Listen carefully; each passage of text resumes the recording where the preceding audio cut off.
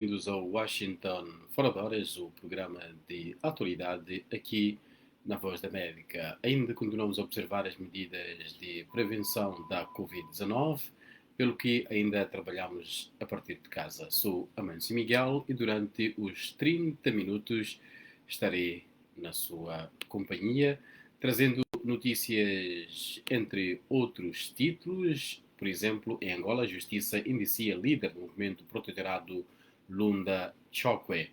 Médicos Sem Fronteiras pede vacinas da Covid-19 para Moçambique, Eswatini e Malawi. Aqui nos Estados Unidos, democratas avançam com um pacote de combate à Covid-19 sem apoio dos republicanos. Nos próximos minutos também teremos notícias de outras partes do mundo, atualizando aquilo que é informação neste dia 3 de fevereiro de 2021. É feriado em Moçambique, é dia dos heróis e há já uma campanha que diz que pelo menos somos todos heróis na luta contra a Covid-19. Vamos começar com notícias exatamente aqui nos Estados Unidos, falando da Covid-19. Os senadores democratas norte-americanos deram início na noite de ontem ao processo de aprovação do pacote de estímulo da administração Biden no valor de 1,9 mil milhões de dólares, na verdade são trilhões de dólares, perante um impasse nas negociações sobre o apoio dos republicanos. O presidente Joe Biden e a secretária de Tesouro, Janet Yellen, mantiveram uma reunião por videoconferência com os senadores democratas, na qual defenderam que a contraproposta republicana, um pacote de estímulo no valor de 618 mil milhões de dólares, era insuficiente para as atuais necessidades do país, abraços com a pandemia da Covid-19. O líder da maioria democrata no Senado, Chuck Schumer, disse que o presidente Biden falou da necessidade do Congresso responder de uma forma robusta e rápida, isto na reunião que tiveram no Senado. Sem esperar mais pelos contactos em curso com o Partido Republicano no Senado, os democratas deram início ao processo de aprovação do pacote de estímulo apresentado pela Casa Branca, fazendo uso da sua maioria de 50 por 49. Mais demorado do que com o apoio bipartidário, o processo poderá estar concluído em março, quando expiram algumas das medidas de estímulo em vigor, como a bonificação de subsídios de desemprego. Tendo também em vista alcançar um acordo bipartidário, a Casa Branca tem mantido contactos com legisladores republicanos, em particular 10 senadores, sobre alterações potenciais ao pacote, mas Biden tem reiterado que não irá esperar pelo apoio republicano para lançar as medidas de ajuda destinadas ao setor de saúde, às famílias e às empresas. A votação no Senado foi mal recebida pelo líder da minoria republicana, Mitch McConnell, que considerou infeliz, estamos a citar, que os democratas tenham escolhido uma via totalmente partidária. Este é o Washington Fora de Horas, aqui da Voz da América. Os vossos comentários são bem-vindos, trazendo aquilo que é a vossa opinião em relação à atualidade nos países onde vive, ou mesmo em relação às notícias que passamos neste Washington Fora de Horas. Antes de passarmos para a notícia de Moçambique, dizer que já temos aqui o Mamad Iqbal Daoud, o Amadou Lamine Conté, que está na Guiné-Bissau, o Mamad Iqbal Daoud está em Moçambique, e diz também se está vendo muito econômico. O som está muito econômico, por favor. Vou projetar a voz para não poupar no som. Também temos já diz que é uma situação de eco. Vou resolver essa situação. Estamos a trabalhar a partir de casa, amigo Mamad Iqbal, então as condições não são as mesmas que dos nossos estúdios. E também tenho aqui o Mário Paiva, grande Mário Paiva, um grande abraço aí, jornalista de Angola, que dedicava-se a questões da economia. Vamos voltar às notícias, aos meus amigos, daqui a pouco volto. Em Moçambique, também em relação à Covid-19, a Organização Médico Humanitária Internacional Médicos Sem Fronteiras pede a distribuição equitativa de vacinas da Covid-19 e prioridade para os trabalhadores de saúde da linha de frente em Moçambique, Eswatini e Malawi. A Médicos Sem Fronteira diz que o surgimento na África Austral de uma estirpe da Covid-19 altamente infecciosa coloca aqueles trabalhadores de saúde numa batalha para tratar o crescente número de doentes e com poucas perspectivas de receber uma vacina para se protegerem do vírus. Na lista de prioridade, a Médicos Sem Fronteira diz que devem constar as pessoas mais suscetíveis de ficarem gravemente doentes ou correr o risco de morte por Covid-19. A diretora de operações da Médicos Sem Fronteiras, Christine Jamet, disse, e cito, estamos chocados com a distribuição injusta das vacinas da Covid-19 em todo o mundo. Ela disse que enquanto os países muito ricos começaram a vacinar os seus profissionais de saúde e outros grupos há quase 2 meses, países como Eswatini, Malawi e Moçambique, que ainda lutam para responder a esta pandemia, não receberam uma única dose da vacina para proteger os indivíduos mais vulneráveis, incluindo as equipas de saúde da linha da frente. A Médicos Sem Fronteiras pede uma distribuição equitativa da vacina contra a Covid-19 e apresenta também cenários dos 3 países da África Austral, Moçambique, Malawi e Eswatini, que debatem-se com esta questão da Covid-19, com números, por exemplo, no Malawi, um país de 19 milhões de habitantes, com pelo menos 1.290 trabalhadores de saúde da linha de frente que testaram positivo e o país já perdeu 9 por conta desta doença. Igual situação, não em termos de números, vivem a Suazilândia, a antiga Suazilândia, e Eswatini e Moçambique, que têm profissionais de saúde também afetados pela Covid-19. Vamos agora para Angola. A justiça indicia líder do movimento protetorado Lunda Chokwe. O presidente do movimento do protetorado Lunda Chokwe, José Mateus Zeca Mushima, foi indiciado pela justiça angolana depois de pessoas ouvidas no processo de crime aberto após os confrontos mortais do passado dia 30 terem dito que ele mobilizou pessoas para desestabilizar a região leste do país. A revelação foi feita ontem pelo ministro da Justiça, Eugênio Laborinho, em Luanda, em que felicitou os agentes da Polícia Nacional pela sua atuação nos confrontos em Canfufo, na província da Lunda Norte, que deixaram entre 6 mortos, segundo as autoridades, e 27, de acordo com fontes independentes. A Amnistia Internacional confirmou a existência de 10 mortes e muitos desaparecidos. A Justiça vai tratar dele, afirmou Laborinho, que acrescentou que Zeca Mushima vai justificar por que razão insiste em criar situações de embaraço na região leste, nomeadamente na província da Lunda Norte, e quais os objetivos que está por detrás disso e o que está ele a ter na alma para se justificar. Questionando sobre o paradeiro de Zeca Mushima, o governante garantiu que não vamos andar atrás da agulha no palheiro, mas se for necessário, vamos lá saber, e afirmou ser bom que ele se apresente voluntariamente, que se justifique às autoridades, embora não exista qualquer mandado de captura. O movimento do protetorado Lunda Chok luta pela autonomia das Lundas, região rica em minérios, mas que é uma das mais pobres do país, com elevados níveis de miséria. No entanto, o ministro foi perentório a afirmar que Angola é uno indivisível. No sábado, dia 30, e quando cerca de 300 pessoas pretendiam realizar a marcha, as forças de segurança intervieram e nos confrontos resultaram mortes, cujos números não são conclusivos. As autoridades dizem que são 6, os grupos independentes falam de pelo menos 27. Enquanto a Polícia Nacional fala em 6, tal como dizia, as fontes independentes apontam para 27 vítimas mortais.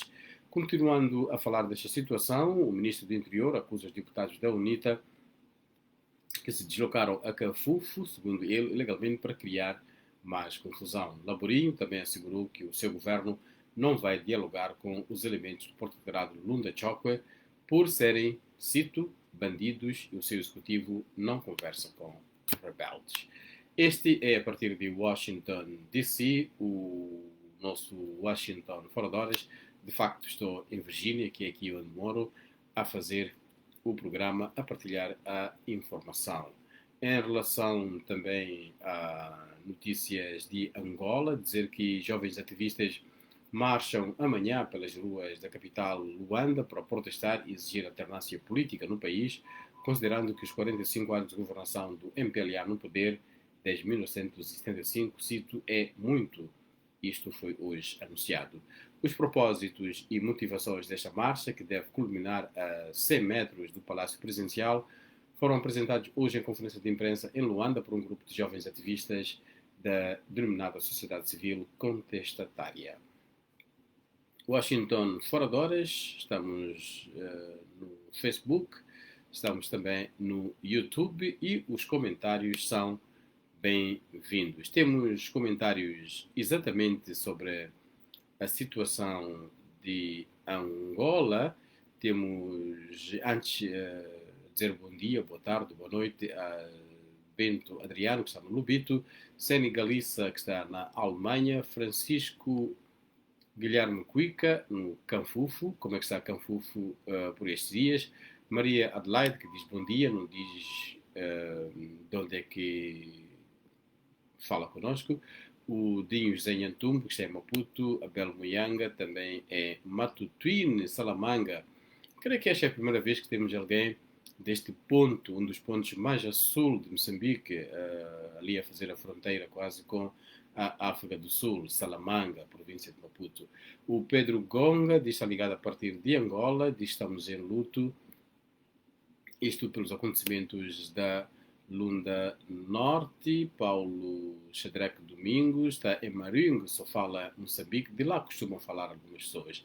O José Dadel Tomás está em Cantumbela, Benguela, Angola. Temos um comentário do Sebastião Silvestre, que diz que fala de algumas detenções e também da delegação da UNITA, que está a fazer o levantamento do que eles diz que é genocídio ocorrido no dia 30 de janeiro de 2021, e diz também houve detenções e cita nisto uma notícia que ouviu na rádio Despertar. Os nossos correspondentes em Angola certamente que irão seguir esta e outras notícias que têm a ver com os acontecimentos de Canfufo do dia 30 de janeiro. Aunício da Silva, boa tarde, a partir de Muampula, norte de Moçambique. O Aunício é jornalista, um abraço também a ele. Narciso Imama Jai Mane, a partir de Hong Kong. Devo perguntar aos meus colegas se já tivemos aqui antes alguém de Hong Kong. Um grande abraço ao Narciso Imama Jai Mane e que também traga notícias daí de Hong Kong, como é que está a situação, como é que está, por exemplo, a luta contra a Covid. A Ana Guedes diz que deseja excelente quarta-feira para todos os internautas. Esqueceu-se de mim. Bom, vamos voltar às notícias. Voltamos às notícias e voltamos a breves notícias de Moçambique. O presidente Filipe Nyusi disse hoje que o país vive uma situação grave devido à Covid-19 e admitiu a possibilidade de imposição de mais medidas restritivas para travar a propagação da doença. Na sua declaração, que foi transmitida no Facebook, Nyusi disse que amanhã vai falar sobre a Covid. Na comunicação da nação, a partir da Praça dos Heróis em Maputo, por ocasião do feriado do Dia dos Heróis Moçambicanos, hoje, Nyusi reconheceu que as novas infecções avançam a um ritmo acelerado, bem como hospitalizações e o número de óbitos. Também em relação a Moçambique, mas sem a ver com 3 de fevereiro, a equipa de defesa do jornalista britânico Tom Boca considera ser absolutamente ilegal a decisão de expulsão do seu constituinte de Moçambique, alegando que a medida foi tomada por uma entidade sem competência legal e comunicada oralmente. A decisão fere princípios básicos de um Estado que deve proteger os direitos humanos, porque Tom Boca não teve a oportunidade de se defender de uma ação arbitrária, disse um dos membros da equipa de defesa daquele jornalista, acrescentando que uma ordem de expulsão de um cidadão estrangeiro que foi legalmente autorizado a viver em Moçambique deve ser tomada pelo Ministro do Interior e, mesmo assim, deve ter cobertura legal. Caso contrário, dizem, o Serviço Nacional de Migração pode recusar a sua implementação porque ninguém deve cumprir ordens ilegais. Tal como a Voz da América informou na semana passada, o jornalista recebeu a ordem de expulsão através do Senam, disse por via oral, numa reunião para a qual foi convocado por esta entidade a 25 de janeiro. A mesma fonte de defesa de Boca repudiou o facto de um suposto documento do Gabinfo, regulador da comunicação social em Moçambique, com fundamentação da decisão de explosão, não ter sido entregue ao visado, acrescentando ainda que o mesmo não tem sinais de se tratar de uma decisão oficial. A defesa de Boca disse que o jornalista tem meios para se opor à decisão, como a reclamação e o recurso hierárquico, assim como uma participação ao Ministério Público, mas Tom Boca ainda não desistiu com os advogados os passos subsequentes. Boca edita o portal por subscrição Zitamar, escrito em inglês, que acompanha a atualidade moçambicana, em especial a área económica, e no último ano ganhou notoriedade pela cobertura da insurgência armada em Cabo Delgado. Na sexta-feira, o Instituto para a Comunicação Social da África Austral, MISA, Organização de Defesa da Liberdade de Imprensa, contestou a expulsão de Boca, repudiando a decisão das autoridades. De Moçambique para São Tomé, os professores deste país entraram hoje no segundo dia de greve para exigir melhores condições de trabalho e aumento de salários.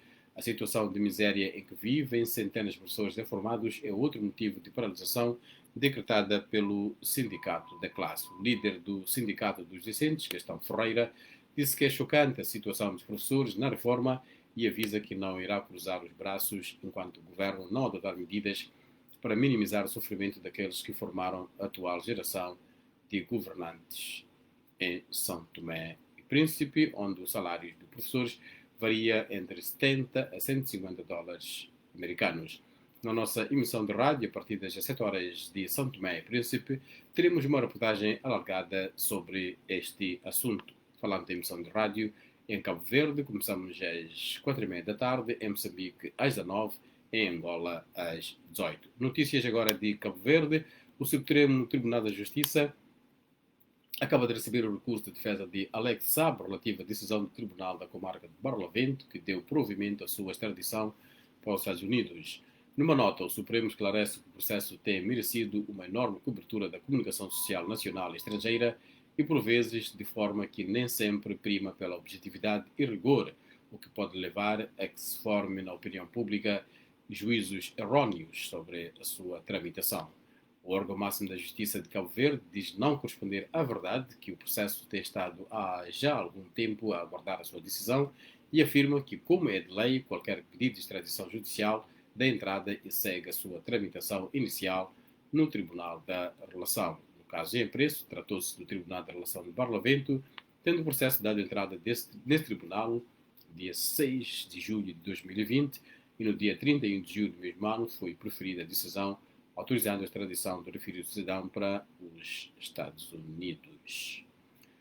O processo de tramitação, o Tribunal voltou a proferir no dia 4 de janeiro a decisão no mesmo sentido da anterior, autorizando a extradição de Alex Saab para os Estados Unidos. Temos uma secção na nossa página da internet que dedica a este assunto de Alex Saab e pode clicar no www.voaportugues.com e terá mais informação sobre Alex Saab.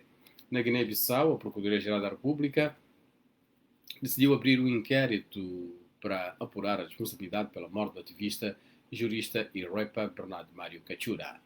Manuela Lopes Mendes, vice-procuradora-geral da República e porta-voz do Ministério Público, garantiu que a sua instituição irá tudo fazer para apurar a responsabilidade sobre os supostos implicados na morte do cidadão. Mendes pediu calma à sociedade guinense em referência ao clima tenso que levou a algumas prisões e pessoas feridas durante manifestações ocorridas na segunda-feira em frente ao Ministério da Saúde a pedir justiça por Bernardo, que faleceu numa clínica privada no dia 29, sexta-feira, depois de não ter sido atendido no Hospital Nacional Simão Mendes, alegadamente por falta de oxigênio, de acordo com ativistas, uma versão que é refutada pela direção daquele hospital. Antes de falarmos da democracia em África, vou novamente ver os nossos amigos aqui no Facebook. Aliás, estamos sempre no Facebook, não é verdade? Temos o Manucho Mário, que está em Luanda, a Aurora André também em Luanda, em Angola. Também temos um amigo que está no Andulo, Bié, província do Bié, Angola, o Gui ou Gai Mpata, MP, e também temos a Rebeca António, que diz boa tarde, Nelson Dalmão Alemão, a partir de Metula. Metula é Moçambique. Será o Metula de Moçambique? Esperamos que sim. A Rebeca António esclarece, diz que está na Alemanha. Será que agora é Guten Morgen ou simplesmente este é o alemão que eu conheço? Hum, Salvador dos Santos está no Luís, provavelmente em Quimbele. Nicolau Dautino diz que Angola não deve voltar ao conflito, mas a má repartição sempre gera conflito, infelizmente, diz ele. André Beng diz que triste com a situação ocorrida em Angola. Paulo Quango Eusébio diz que vê o programa a partir de Cabinda. Como é que chega o programa aí em Cabinda? Quais são os assuntos também preocupantes em Cabinda? Lúcia Magda. Uh, aqui é uma conversa entre o Paulo e a Lúcia. Diz que eu também. Bom, é bom que os nossos amigos façam esta interação. Chico Pérez diz que está em Pemba. Será que é Pemba? É Pemba. Jacques Alfredo, Voz da América, ajuda a divulgar a detenção dos deputados do povo impedidos de entrar em Canfunfo. É um pedido de Jacques Alfredo. O Bento Adriano diz que faz um comentário em relação à dinâmica do contexto democrático em Angola e o Salvador Chimbolica diz que Angola está em Lundo, ele vive em Dundo, na Lunda Norte, diz que não há justiça nem liberdade de expressão. Vamos voltar às notícias, já que falámos de liberdade de expressão e justiça, notícias de democracia no continente africano. A democracia na África subsaariana deteriorou em 2020, com Cabo Verde a ser o único lusófono a ser considerado uma democracia, embora imperfeita, enquanto Angola, Moçambique e Guiné-Bissau são considerados regimes autoritários. São Tomé e Príncipe não foi classificado. A classificação é do Índice da Democracia 2020, divulgado nesta quinta-feira pela The Economist Intelligence Unit. Na análise feita a 167 países, apenas 7 dos 54 africanos têm uma democracia, como as Maurícias, a ser a única democracia plena.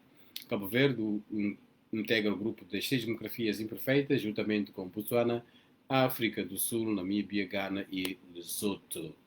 No lado oposto do índice estão 24 regimes totalitários, entre eles Angola, Moçambique e Guiné-Bissau, grupo no qual constam este ano Mali e Burkina Faso. No meio da tabela há 13 países considerados híbridos. São Tomé, tal como disse, não é citado no relatório. Mais um relatório de organizações internacionais a discutir a situação da democracia no continente africano. Noutras notícias, vamos agora ver outro bloco de notícias que tem a ver também com o continente africano. Notícias preparadas pela Ana Guedes sobre a situação no continente africano. Bom, cliquei numa coisa que não devia ter clicado e as notícias desapareceram. Vou ver se consigo aqui recuperar notícias que também têm a ver com Moçambique.